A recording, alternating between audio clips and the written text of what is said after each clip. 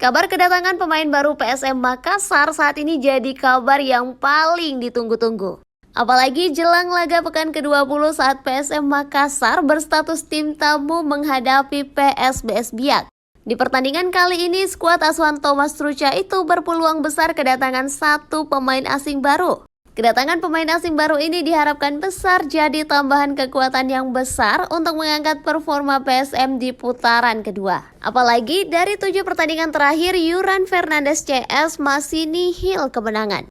Dari 7 pertandingan itu, PSM Makassar berhasil meraih 2 hasil imbang dan 5 pertandingan lainnya berakhir dengan kekalahan. Karena itu kedatangan tambahan kekuatan khusus dari pemain asing jadi sesuatu yang dinantikan dan paling diharapkan.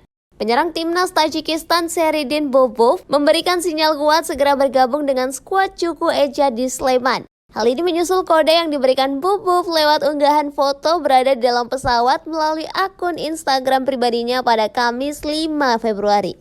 Dari informasi yang tertera, pemain berusia 26 tahun itu bertolak dari Bandara Internasional Dusanbe, Tajikistan pada pukul 2 waktu setempat. Diharapkan jika memang benar bergabung PSM, ia segera bergabung ke tim dan menambah kekuatan.